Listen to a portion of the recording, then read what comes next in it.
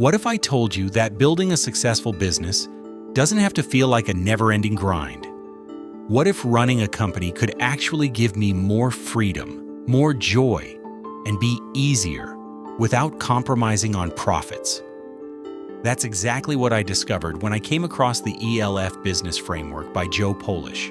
ELF stands for easy, lucrative, and fun. It's a simple yet powerful concept that's changed the way I look at business, and today, I want to share it with you. Now, before I dive into what ELF really means and how I apply it, I should probably tell you who Joe Polish is in case you haven't heard of him. Joe's one of the most well-connected and respected marketing minds in the world. He started out as a broke, struggling carpet cleaner, literally sleeping on floors, battling addiction, and drowning in debt. But over the years, he transformed himself and built a business empire, all rooted in service, authenticity, and strategy. He's the founder of the Genius Network, which brings together some of the biggest names in entrepreneurship. People like Tony Robbins, Dan Sullivan, Dean Graziosi, just to name a few. Joe's big idea was this: most entrepreneurs accidentally build what he calls a half business. Hard, annoying, lame, and frustrating. And trust me, I've been there.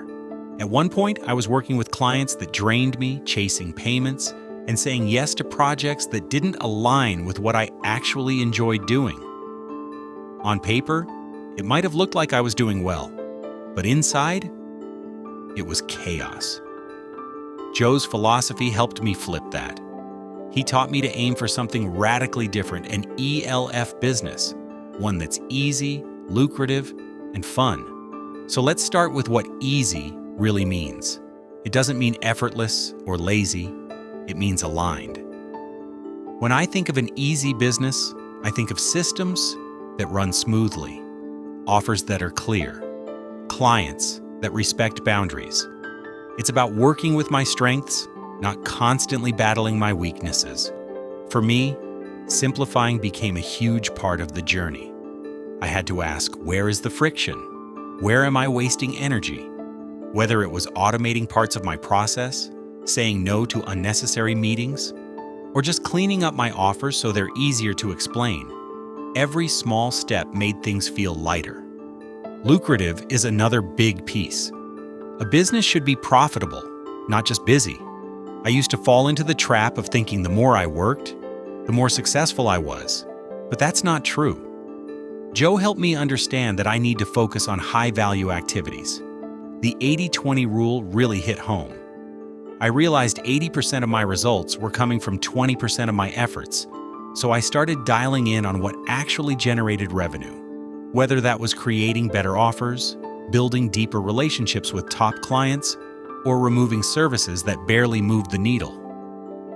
Making it lucrative wasn't just about raising prices. It was about being intentional with my time and resources. And then there's the fun part. This one surprised me the most. I used to think that business was supposed to be stressful, that success required sacrifice, tension, and always pushing. But Joe flipped that idea on its head. He says, life gives to the giver and takes from the taker. When I started doing work that energized me, that made me feel creative, curious, and fulfilled, I actually became more productive. I showed up better. I connected with people more authentically. Fun isn't a luxury, it's a strategy. When business is fun, I don't burn out. I stay in flow. At this point, you might be wondering how you can apply the ELF method in your own life or business. The first step for me was an honest audit. I looked at everything I was doing and asked myself, is this easy or hard? Lucrative or draining? Fun or frustrating? I listed it out. I literally drew a line down a piece of paper and started categorizing my tasks, clients, offers, everything. That clarity alone was game-changing. After that, I started simplifying.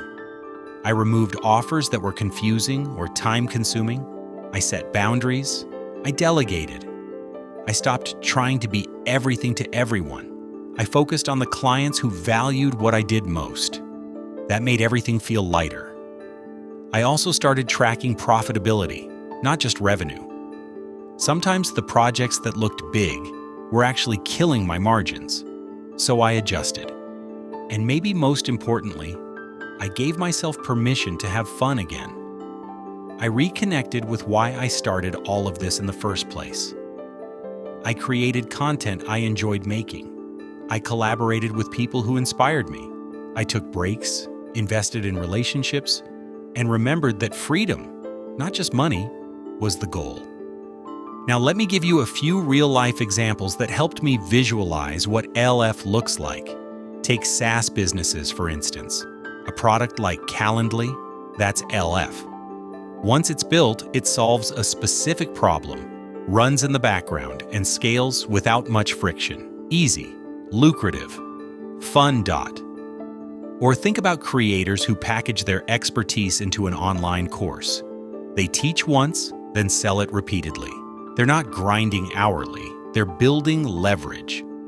As I started shifting toward the ELF mindset, one of the biggest realizations I had was that time is the most expensive currency in business is not money. We often focus so much on chasing clients, scaling numbers, or pushing productivity that we forget to ask, what is this costing me in terms of energy and presence? I was definitely guilty of this. I used to pack my days full, thinking I was being productive, but really, I was just busy. There's a big difference. Being busy is reactive. You're jumping from task to task, feeling important but not actually making strategic progress. Being productive is proactive. It's about doing fewer things that matter more. When I started applying the LF lens to my calendar, I began eliminating all the noise. I blocked off time for deep work. I cut unnecessary meetings. I said no more often, not because I didn't care, but because I cared more about the things that truly mattered. My focus improved, my results improved, and most importantly, I felt more grounded. That, to me, is the magic of ELF. It's not just about external success, it's about inner clarity. Even consultants can be ELF if they're intentional. I know people who only work with 3 or 4 clients a year, but because they're so focused and charge a premium, they have a business that's both highly profitable and low stress. Heck, even a local coffee shop can be ELF if it runs on strong systems, delivers a consistent experience, and reflects the joy and vision of the owner. It's less about what you do and more about how you do it. Another powerful shift came from rethinking how I measure success. For the longest time, I measured success by how much revenue I made or how many people I served, but Joe Polish talks about redefining success as how you feel while you're achieving it. That hit me hard. I started looking at metrics like energy, joy, and peace.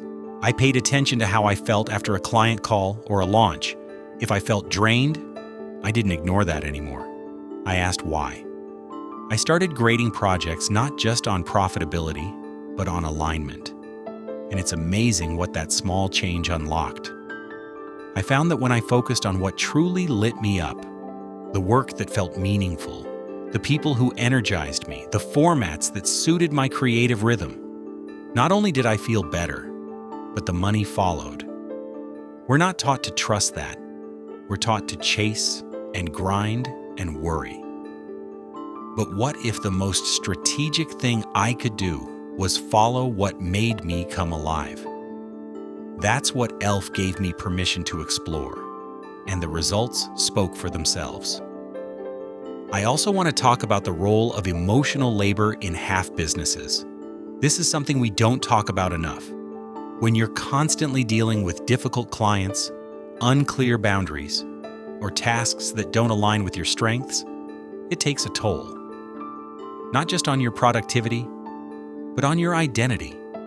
I used to think burnout was about doing too much, but for me, burnout came from doing the wrong things too often, from trying to be someone I wasn't, from overcommitting out of guilt or fear.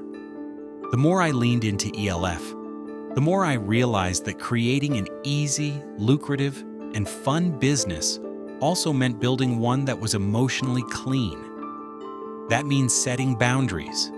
That means saying no with love, but also firmness. That means choosing to work with people who treat you with respect and appreciate your value.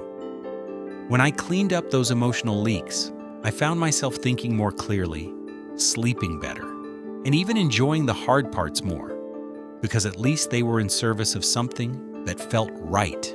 That's when I understood that ELF wasn't just about business architecture, it was about emotional alignment too.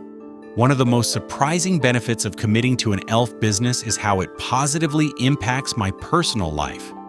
I used to think that business and personal life were two separate things, that I could keep grinding all day, burning out mentally, and somehow show up fully for friends and family in the evenings. But the truth is, energy leaks in one area always affect the other.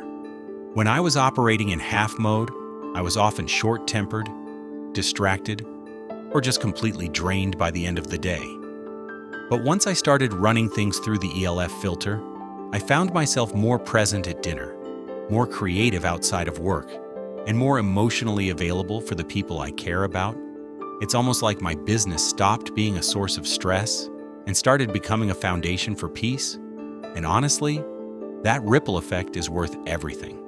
Because at the end of the day, I'm not building a business just to hit milestones or pad my resume. I'm building it so I can live well, so I can wake up excited, move through my day with purpose, and still have something left in the tank when the laptop closes. The beautiful thing is, the LF method isn't tied to any one business model or industry. I've seen coaches apply it, creators apply it, agency owners, consultants, product sellers, you name it.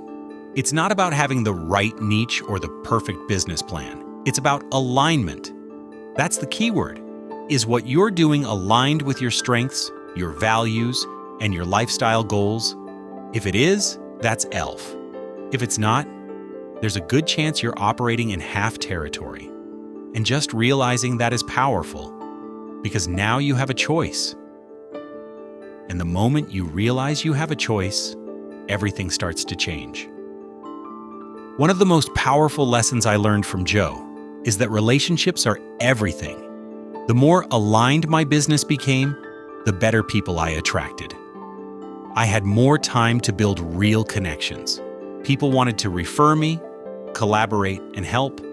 I wasn't stuck in a constant loop of reactivity. That space allowed me to show up with more energy, more presence, and it multiplied the opportunities I got. But here's the kicker. Sometimes, applying ELF means walking away from things that technically work. I've had to let go of clients, partnerships, or projects that were financially okay, but emotionally exhausting. That wasn't easy, but Joe taught me to ask, is the juice worth the squeeze? And if the answer was no, I learned to say no, even when it scared me. Looking back, I can say with confidence, the ELF framework gave me a filter for every decision I make. It's not just a business strategy, it's a way of life. I want a life that feels light, abundant, and meaningful. I want a business that gives me time, creativity, and joy, not one that traps me. Lastly, I want to say that transitioning from half to ELF isn't something that happens overnight. It's not a one-time decision. It's a daily practice. There were days when I fell back into old habits, when I said yes to things I shouldn't have, when I overcomplicated a process because I was trying too hard. And that's okay. This isn't about being perfect. It's about being intentional. Every time I caught myself slipping into half mode, I asked myself, what would ELF look like right now? What's the easier path? What would feel more aligned, more abundant, more joyful? And often, the answer wasn't harder work. It was smarter alignment. Sometimes it meant stepping away from my desk to take a walk. Sometimes it meant letting go of a project I had outgrown.